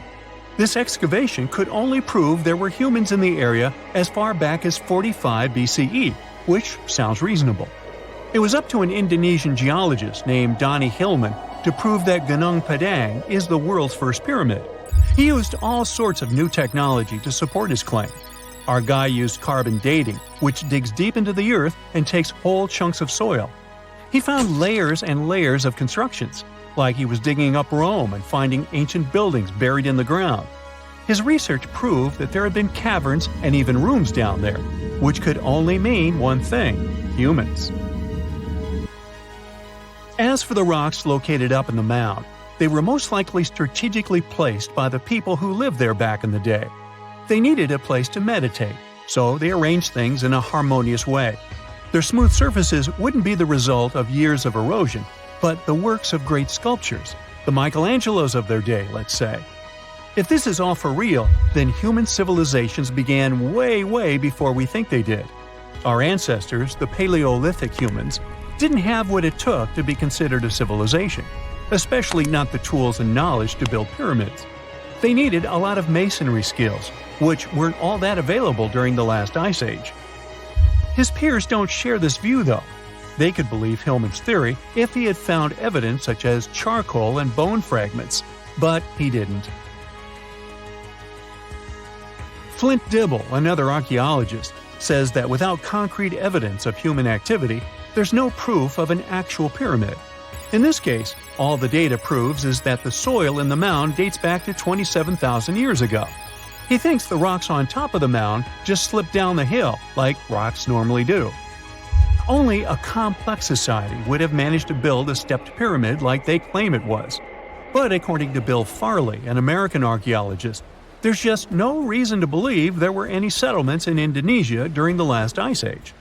Now, just so you know, the oldest known ancient society with this kind of knowledge is probably 11,000 years old and used to occupy the region of modern-day Turkey. Take a look, Turkey's Göbekli Tepe. It's also not a pyramid, but it's the oldest monolithic construction made by humans. Back in the Neolithic period, a lot of people settled there, and there are proofs for it. For example, the walls there are covered in ancient drawings of clothing and wild animals. Until recently, the title of the world's oldest pyramid went to a three-sided construction known as the Djoser Pyramid in Egypt. Djoser is located just a few miles south of the Giza complex in a town called Saqqara. It made its way to popular culture more than once. In the 18th century, it became a common feature in European paintings. Young men from the cultural elite did a grand tour around the world, and Saqqara was at the top of their list. It was also featured in the video game Assassin's Creed, with a digital representation way more accurate than many historical drawings of the thing. That was kind of a big deal in ancient Egypt, to build pyramids for kings to spend their afterlives. And if you thought the Khufu pyramid was the oldest one in the world, well, Djoser was built 70 years ahead of that time. The development of new technology has allowed archaeologists to make groundbreaking discoveries, and a new, or should I say ancient pyramid in South America might win the title in dispute. It turns out that pyramids were also pretty fashionable in the Americas in the old days. Among them are the iconic pyramids of Guatemala's Tikal Temple Complex, the same ones that appeared in Star Wars No. 4. But to find the oldest pyramid in the Americas, one would have to travel to Peru. Deep in the Peruvian desert, archaeologists stumbled upon a sprawling ancient metropolis known as Caral. At first, researchers believed that the settlement was pretty recent, since the site was way too complex for ancient technology to handle it. As we said, Caral is a desert town, like Las Vegas, but without all the hoopla.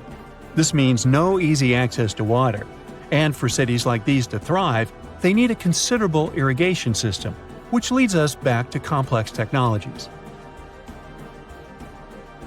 The Peruvians surprised us all with this new discovery. This site was huge, filled with an amphitheater, houses, and religious buildings. The whole thing probably sprawled through 370 acres. And when scientists went to test their initial hypothesis using radiocarbon dating, they found that the city probably sprung around 2027 BCE. On the site, archaeologists found 6 pyramids that could possibly predate the one in Saqqara. As far as they know, both civilizations coexisted in the same time period, in opposite parts of the world. But since researchers can't pinpoint the exact age of Caral's pyramids, it's pretty hard to guess which civilization completed their pyramid first. If only we had a crystal ball. Now, it just so happens that the shape of a pyramid is something that nature is able to produce all on its own, leaving us modern-day humans a bit confused. A classic example is the Japanese side of Yaonagani, which also goes by the name of Japan's Atlantis. The entire monument is about the size of 5 football fields and the height of a 5-story building. Explorers and scientists believe that Yaonagani dates back to 10,000 years ago. For Japan's top marine geologist, Professor Masaki Kimura, Yaonagani is the heritage of a lost civilization. Kimura has dived into exploring the ruins over 100 times over the past 10 years. To him, there are clear signs of human activity down there. Check out this triangular-shaped pool on the monument's surface. Kimura thinks it's actual proof of humans, because this triangle-shaped concave is a historical symbol of water fountains in the region. As it happens with a lot of these cases, not all scientists are convinced the same. For many, Yaonagani is probably the result of thousands of years of erosion, and the fact that the monument is composed of one massive rock leads them to believe it is not really human-made.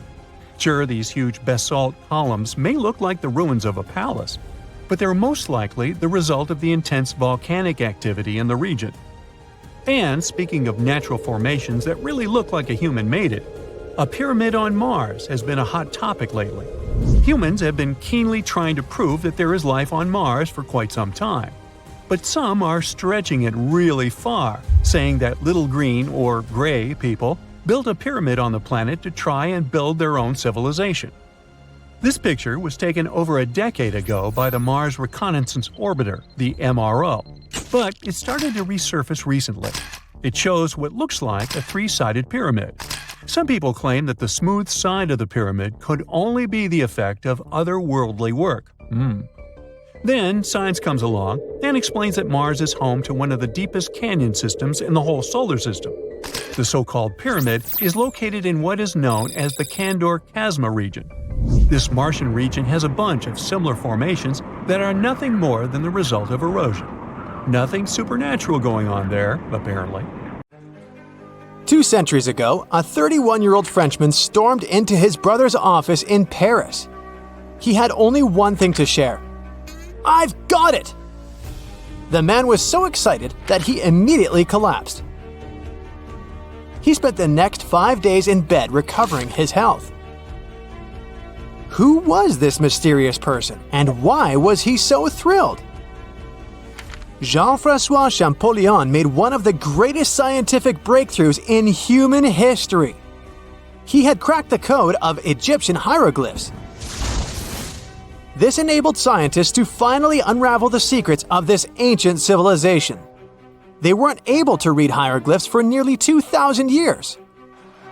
After the Romans took over Egypt, the intricate writing system slowly faded away from people's minds.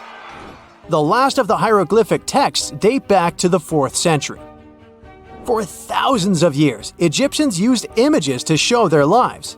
But the knowledge of how to read these pictures was lost to modern science. The story of hieroglyphs began in 3250 before current era. That's when ancient Egyptians developed writing. Their motivation was to better organize the distribution and storage of goods. One of the earliest examples is a ceramic jar that had an inscription in black ink. There were 2 major writing systems. The first were the hieroglyphs, which literally means sacred carving. Egyptians carved hieroglyphs in stone on temples, tombs, and similar monuments for 3,000 years. They present a system of pictorial texts. A pictograph is a picture or a drawing that stands for an idea of a word. It's a precursor to the true writing as we have it today. For example, when Egyptians wanted to write ibis, they would draw a small image of the bird. Hieroglyphs can be found on walls. They were a formal way of writing. The other writing system was hieratic. Egyptians mostly used it when writing on papyrus. That's an early, thicker form of the paper we have today. It soon evolved into demotic. This improved version became the most common writing systems in ancient Egypt. Then, in the early 4th century BCE, Alexander the Great took control of Egypt. This was the time when the Greek Ptolemaic dynasty ruled the country. You've probably heard of the last ruler of this dynasty, Cleopatra. During her time, Egyptian Demotic and Greek were used side by side.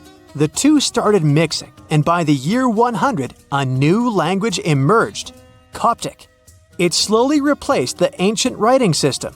Only Egyptian priests used hieroglyphs for the next couple of centuries, and then their meaning was lost to history. But not forever. Arabs were the first who tried to solve the mystery of the hieroglyphs. Medieval travelers came across these strange symbols and wanted to understand their meaning. They consulted speakers of Coptic and translated text from Greek and Latin into Arabic to break the code of the hieroglyphs. During the Renaissance, Europeans also became fascinated with the legacy of ancient Egypt. Scholars from the Old Continent believed that hieroglyphs were a group of symbols as opposed to a written language. This was all about to change in 1799.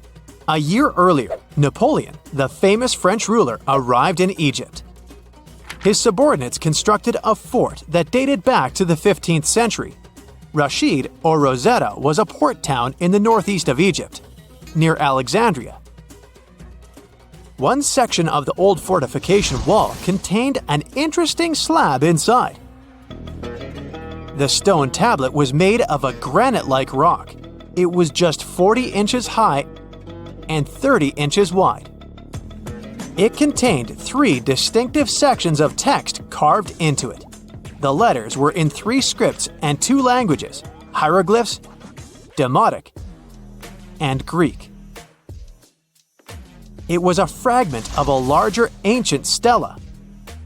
These are upright stone slabs that are used to dedicate to a person or an event, but the one from Rosetta was damaged. 2/3 of the hieroglyphic text on the top was missing. The bottom Greek text lacked a cornerstone. The only fully preserved section was the writing in Demotic in the middle of the slab. It eventually ended up in the British Museum. The scientific community was intrigued, and the race was on to decipher it. Prints and casts of the slab went out all over Europe. Scholars already knew ancient Greek, so in theory, this shouldn't have been so hard. The first people who saw the Rosetta Stone thought the process would take 2 weeks. In the end, it took 2 decades. The main issue was the fact that hieroglyphs and spoken ancient Egyptian didn't have a connection anymore. Scientists didn't know what sounds the letters on the slab corresponded to. Imagine if English disappeared 1,000 years in the future. Then someone finds a tablet with the word dog. At first, they wouldn't know how to read the word or the individual letters. Even if they figured out how to pronounce the word, they wouldn't know its meaning. This is what linguists were dealing with in the case of the Rosetta Stone. The careful study of the artifact produced another find. The texts weren't direct translations of each other. They both described the same event, but in different words. It was like you saw a movie with 2 friends, and then all 3 of you wrote different reviews about it. The original text was probably in Greek, but the translators added extra words to make it sound more Egyptian. An English physician and physicist, Thomas Young, made the first great breakthrough. He knew that the name Ptolemy appeared several times in the text based on the Greek translation. This wasn't an Egyptian name, so it was impossible to represent it with a single image. The only way to spell out this Greek name was to use symbols that sound like it when produced. This is called transliteration, and we have it today as well. This is how foreign-sounding words are written down in Chinese or some Slavic languages. Young focused on sets of hieroglyphs in oval frames. These are called cartouches. He experimented a bit but finally discovered that one of them read, Ptolemy the Great.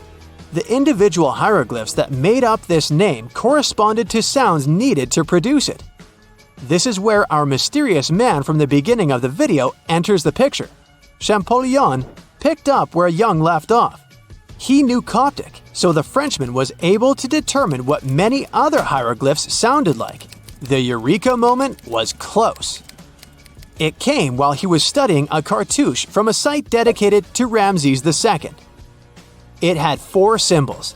The last 2 were the same. He determined this was the sound S.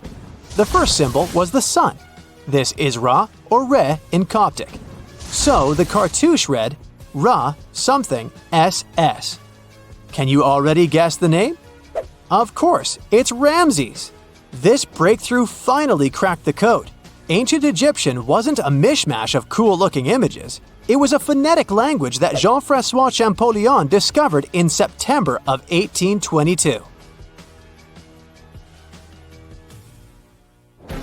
The stone slab is today known as the Decree of Memphis. The Egyptian Council issued it in this city in the year 196 before current era. In it, they expressed their loyalty to the pharaoh. They erected identical stelae and temples all across Egypt. The Rosetta Stone was just one copy of them, but its content is less important than the fact that Champollion's translation gave these ancient peoples their voice again. During the 1800s, European scholars didn't think that the Egyptian civilization was much older than classical Greek or Roman. Now that scientists could read hieroglyphs, a whole new chapter of human history opened. One of the most famous finds in the history of archaeology happened in 1922. That's when the British archaeologist Howard Carter discovered the tomb of Pharaoh Tutankhamun in Egypt's Valley of the Kings. The whole world admired King Tut's golden mask. But without Champollion's pioneering work, it would be impossible to know who its owner was. The young pharaoh's cartouche is phonetic. For instance, you pronounce the pictograph of a chick as the vowel U. The symbol for the key of life is an ankh, and there is a shepherd's crook in the end. It symbolizes the word ruler.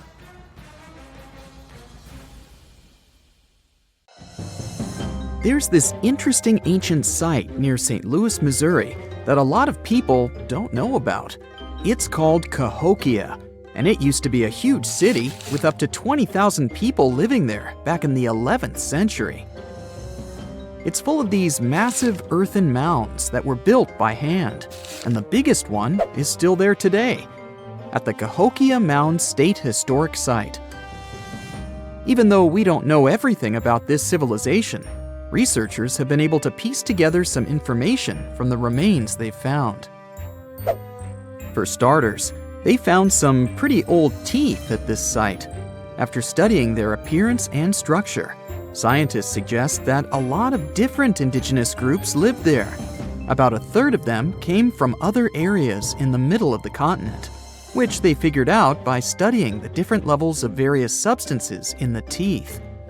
And get this, the way the mounds are arranged shows that this was actually a planned-out city, not just a bunch of villages grouped together. The rulers lived on top of the mounds, while everyone else lived in other structures. It's amazing to think that they were doing things like farming, hunting, logging, pottery, and weaving, all within this one giant city. Right in the middle of Cahokia, there was this giant mound that was about 100 feet tall, and around it, there was this huge wooden fence. Inside the fence was the city center, which had a big open space called a plaza. Archaeologists think that the plaza was designed to represent the 4 cardinal directions of the world. It was like the people who built it wanted to create a place that was in harmony with the universe. The center of the city was where they held ceremonies and events, and it was such a big deal that people from outside Cahokia would come to be a part of them too. What became of this city? Hard to tell. Some people think that the reason it fell apart is that they cut down too many trees and the land got all messed up. Other scientists believe that's not true because the soil was still in pretty good shape after the city was gone. The Europeans were not even around at that time, so they couldn't have influenced the downfall of Cahokia either. There's also one theory that suggests there were fights with other communities that caused the city to collapse. These days, there are over 65 preserved mounds, and you can even climb the steps of the tallest one. The best part is that local authorities are thinking of making it a national park, so you should totally plan to visit before it gets too crowded. Mohenjo-Daro is another lost ancient city that's still surrounded by mystery. Located in modern-day Pakistan, it was a city that flourished during the Bronze Age, and it was extremely advanced for its time. It had things like water systems and fancy architecture that other cities didn't have back then. Despite these features, it's not as well known as other ancient cities, like those in Egypt or Mesopotamia. What's even weirder is that at some point, the city was abandoned, and no one knows why. Archaeologists found the city in 1911, but it took a while for them to realize how important it was. Eventually, they uncovered a lot of really interesting things about the city, like its advanced sanitation system. Excavations uncovered over 700 wells, as well as private baths and a large communal bath. Remarkably, even private homes had toilets, and waste was efficiently disposed of through a citywide sewage system. They also had a lot of trade connections and made some really beautiful objects, like pottery, jewelry, and figurines that were sold all over the region. Despite its amazing culture and knowledge, scientists have yet to figure out why the city was abandoned. Some people think changes in the nearby river might have had something to do with it.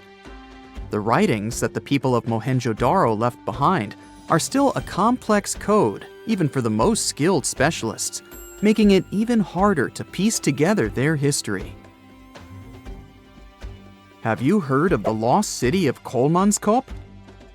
It used to be a small settlement in the Namib Desert. Legend has it that it got its name from a man named Coleman who got stuck in the local dunes and was never seen again. But that's not the interesting part. In 1908, a railway worker found a shiny stone and showed it to the chief railway foreman, who turned out to be a hobby mineralogist. They discovered it was a diamond, and soon, Kolmanskop became the richest town in Africa and one of the richest places in the world. It had luxurious stone houses, a school, a hospital, and even an ice factory to produce ice for fridges. The hospital had the first X-ray machine in southern Africa, which was supposedly used to check if workers were illegally swallowing diamonds. Its popularity began to decline in the late 1920s when another diamond-rich location was discovered nearby. Most of the inhabitants soon began to flee the city in search of a better life, leaving the buildings abandoned. In 1938, all machinery was taken south and the town was left to the desert. The last inhabitant left Kolmanskop between 1956 and 1960. The hot climate and low humidity have preserved the structures over time, and tourists can now visit this desert ghost town. You've surely heard about this next ancient city, Machu Picchu. It's this incredible ancient location in Peru. It stretches across a huge piece of land in the Andes Mountains and sits high above sea level. It's even considered one of the wonders of the modern world. But here's the thing. Scientists aren't exactly sure what it was used for. It could have supported up to 750 people, but there aren't a lot of human clues left behind. Some people think it was more of a spiritual or ceremonial place, while others believe it may have been like a fancy spa retreat for the nobles. The extensive terraces might mean it was used for crop testing or as a trading hub. And there's even a theory that it was used as a prison because they found a cell-like area too. It's amazing that even today, archaeologists and historians are still puzzled about how it was built. Did you know that they probably didn't even use wheels for transportation? And those massive granite rocks were somehow pushed up the steep Andean mountains, even though most of them weighed a lot. Some historians think that hundreds of people worked together to push each rock up the peak. The huge stones at Machu Picchu are also so close together that you can't see any cracks between them. It's pretty cool because it also makes the area safe during earthquakes, which is important since Peru is a shaky country. But how did the stones stay put during all those quakes? They actually move a little bit, but then they go back to their original spot, almost like they're dancing. Some people think wet wooden wedges were used to keep them in place, but that doesn't really add up, considering how big the structures are. Locals back then also seem to have built Machu Picchu without using any pack animals or iron tools. They had to sculpt and put everything together using mostly their hands. Plus, the citadel is built on a fault, so they had to move a bunch of stone and earth to make it flat. Scientists also think that the real construction is actually underground because of the deep foundations and drainage system. In fact, there's a hidden water system that was just recently discovered using 3D scanning. They didn't even use mortar to put the granite blocks together. They were so precise that you can't even fit a sheet of paper between them. One theory suggests that people that lived there used stone tools made of a harder material than the stone they were cutting.